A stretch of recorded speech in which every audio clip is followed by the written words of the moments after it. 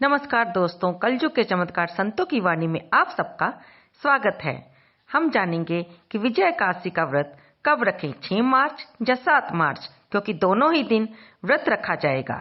कैसे और क्यों, ये हम इस वीडियो में जानेंगे कथा के साथ। क्योंकि एकादशी तिथि 6 मार्च को सुबह 6:30 पर शुरू होगी और इसका समापन 7 मार्च को सुबह 4:30 पर होगा। दोनों ही दिन ये सूर्योदय तिथि नहीं मानी जाएगी। जो ग्रस्त लोग हैं वो 6 मार्च को व्रत रख सकते हैं और जो मोक्ष के इच्छुक हैं और सन्यासी लोग हैं वे 7 मार्च को व्रत रखेंगे। 7 मार्च को क्योंकि द्वादशी तिथि साथ में मिल रही है, इसलिए ये व्रत द्वादशी युक्त तिथि मानी जाएगी। ये आप पर निर्भर करता है कि आप 6 मार्च को व्रत रखना चाहते हैं या 7 मार्च को। तो दोस्तों, अगर आप ये व्रत 6 मार्च को रख रहे हैं तो आपको इसका पारण 7 मार्च को दोपहर 1:09 से लेकर 3:31 के बीच में कर सकते हैं। और अगर आप ये व्रत 7 मार्च को कर रहे हैं तो इसका पारण समय 8 मार्च को सुबह 6:01 से लेकर 8:23 तक रहेगा। ये हमने आपको पारण समय के बारे में बताया कि 6 मार्च को रखने पर आप 7 मार्च को कैसे पारण करेंगे और 7 मार्च को व्रत रखने पर आप 8 मार्च को कैसे पारण करेंगे। अब बात आती है कि महाशिवरात्रि व्रत यानी कि प्रदोष व्रत जो कि 8 मार्च को पड़ रहा है, और अगर आप 7 मार्च को एकादशी व्रत रख रहे हैं तो 8 मार्च को एकादशी व्रत का पारण कैसे करेंगे।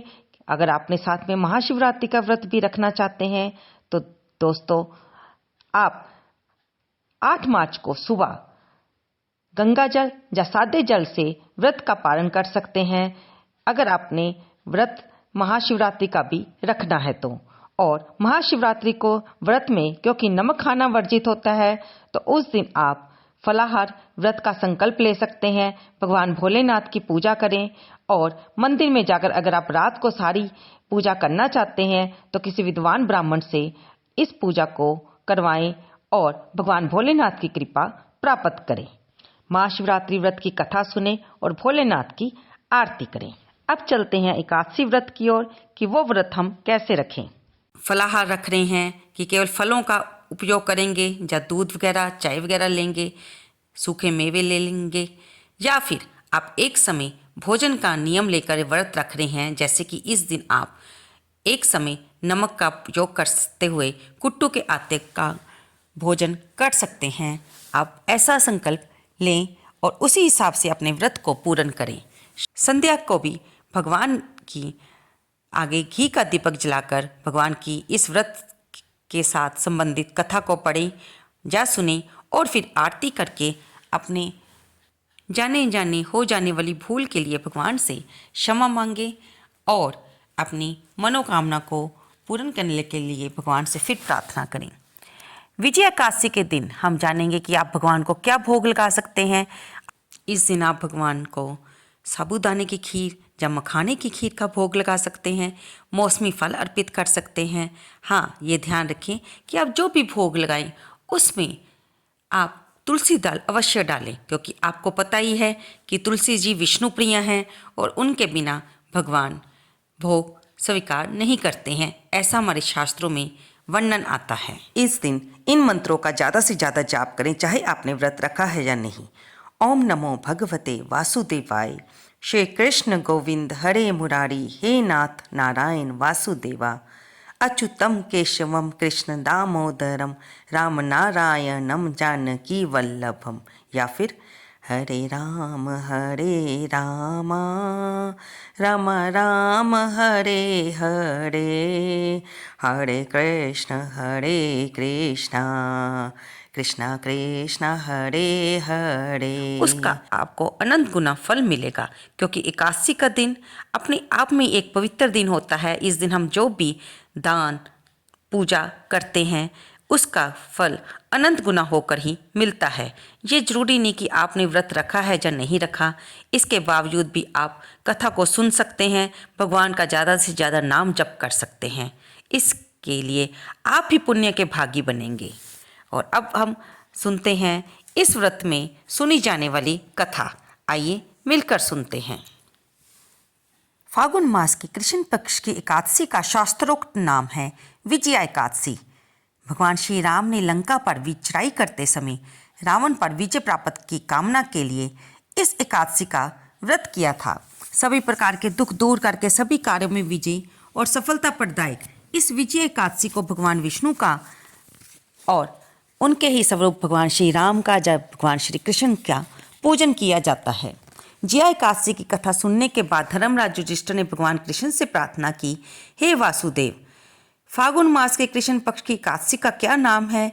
इसका व्रत करने से किन फलों की प्राप्ति होती है? कृपया इसे विस्तार पूर्वक मुझे बतलाइए। तब जोगेश्वर भगवान श्री कृष्ण ने कहा, हे राजेंद्र, फागुन मास के कृष्ण पक्ष की एक सर्व सिद्धि प्रदायक एकादशी का नाम विजया है। इस व्रत को करने से मनुष्य को सभी कार्यों में विजय मिलती है। इस विजय एकादशी के महात्म्य के सुनने व पढ़ने मात्र से समस्त पाप नष्ट हो जाते हैं। एक प्राचीन कथा सुनाते हुए भगवान श्री कृष्ण ने आगे कहा कि एक समय देव ऋषि नारद ने ब्रह्मा जी से यही प्रश्न किया था। तब ब्रह्मा जी ने नारद जी से कहा था कि हे नारद, ध्यान पूर्वक सुनो। इस विजय एकादशी का व्रत नए पुराने और गत जन्मों के पापों का हरण करके प्रत्येक क्षेत्र में व्रत धारक को विजय दिलाता है। रामायण के प्रसंग का वर्णन करते हुए ब्रह्मा जी ने आगे कहा, त्रेता युग में मर्यादा पुरुषोत्तम श्री रामचंद्र जी को जब 14 वर्ष का वनवास हो गया, तब वे श्री लक्ष्मण तथा सीता जी सहित पंचवटी में निवास करने लगे। वहां से दुष्ट रावण ने जब सीता जी का हरण कर लिया, तब श्री राम जी तथा लक्ष्मण जी अत्यंत व्याकुल हुए और सीता जी की खोज में चल दिए। घूमते घूमते जब वे मन्नासन जटाजू के पास पहुंचे और जटाजू उन्हें सीता जी का वृतांत सुनाकर स्वर्गलोक को चला गया। कुछ आगे जाकर उनकी सुग्रीव से मित्रता हुई और उन्होंने बाली का वध किया। तब हनुमान जी ने लंका में जाकर सीता जी का पता लगाया और उनसे श्री रामचंद्र जी और सुग्रीव की मित्रता का वर्णन किया। वहां से लौटकर श्री हनुमान जी ने श्री रामचंद्र जी के पास आए और सारा समाचार सुनाया।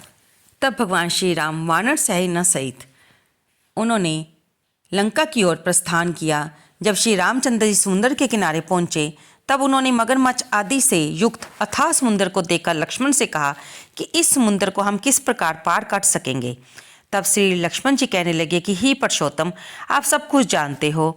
यहाँ से आधा योजन दूर कुमारी द्वीप में वक्दालभ्य नाम के मुनि रहते हैं। उन्होंने अनेक ब्रह्म देखे हैं। आप उनके पास जाकर इसका उपाय पूछिए। लक्ष्मण जी के द्वारा इस प्रकार के वचन सुनकर श्री रामचंद्र जी वक्दालभ्य ऋषि के पास गए, उनको प्रणाम करके बैठ गए। मुनि ने उनसे पूछा, हे राम, आपका आना कैसे हुआ? तब भगवान श्री राम कहने लगे कि हे ऋषिवर, मैं अपनी सेना सहित यहाँ पर आया हूँ और राक्षसों को जीतने के लिए लंका जा रहा हूँ। आप कृपा करके समुद्र पार करने का कोई उपाय बताइए, इसलिए मैं आपके पास आया हूँ।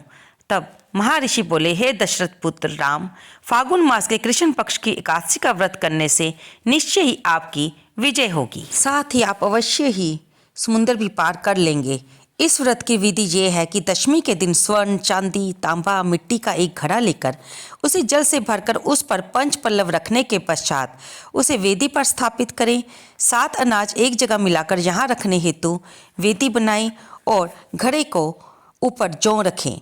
जौ के ऊपर भगवान श्री नारायण की स्वर्ण प्रतिमा स्थापित करें और एकादशी के दिन स्नान आदि नित्य क्रम से निर्वृत्त होकर धूप, दीप, नैवेद्य, नारियल आदि से भगवान की पूजा करें। ये दिन भक्तिपूर्वक घड़े के सामने बैठकर व्यतीत करें और रात्रि को भी इसी जगह बैठकर भगवान का नाम जप करना चाहिए या कीर्तन करना चाहिए। और द्वादशी के दिन नदी या तालाब के किनारे स्नान आदि से निवृत्त होकर उस घड़े को ब्राह्मण को दे देना चाहिए।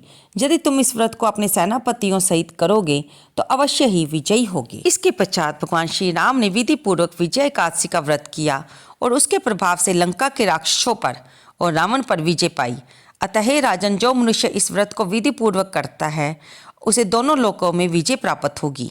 अंत में ब्रह्मा जी ने नारद जी से पूछा, हे पुत्र, इस व्रत को करने वाला तो सभी जगह विजय पाता ही है, बल्कि इस व्रत के महात्म्य को पढ़ना और सुनने वाला भी वाजपेयी यज्ञ का फल प्राप्त करता है। तो दोस्तों, ये थी इस व्रत की महत्ता बताती हुई कथा, जिसे आप और हम सब ने मिलकर सुना। और दोस्तों, अगर आपके घर के पास भी कोई मंदिर है और आपके पास समय है तो घर के पास वाले मंदिर में अवश्य जाएं। वहाँ पर जौन सा भी भगवान का स्वरूप है उसकी धूप दीप नैवेद्य आदि से पूजा करें और वहीं पर कुछ समय बैठकर भगवान के नाम का जप करें। जब हम किसी मंदिर में जाकर भगवान के नाम का जप करते हैं तो मंदिर की सकारात्मक ऊर्जा के कारण उस नाम जप का, उस कीर्तन का हमें विशेष पुण्य मिलता है। कथा को सुनने और पढ़ने के बाद भगवान की आरती करें और उसके बाद क्षमा याचना अवश्य करें। तो दोस्तों, ये सारी वीडियो है विजय एकादशी के बारे में जिसे हमने आपको बताया। आपको ये वीडियो कैसी लगी? अगर ज़रा सी भी अच्छी लगी हो तो इसे लाइक अवश्य कर दें।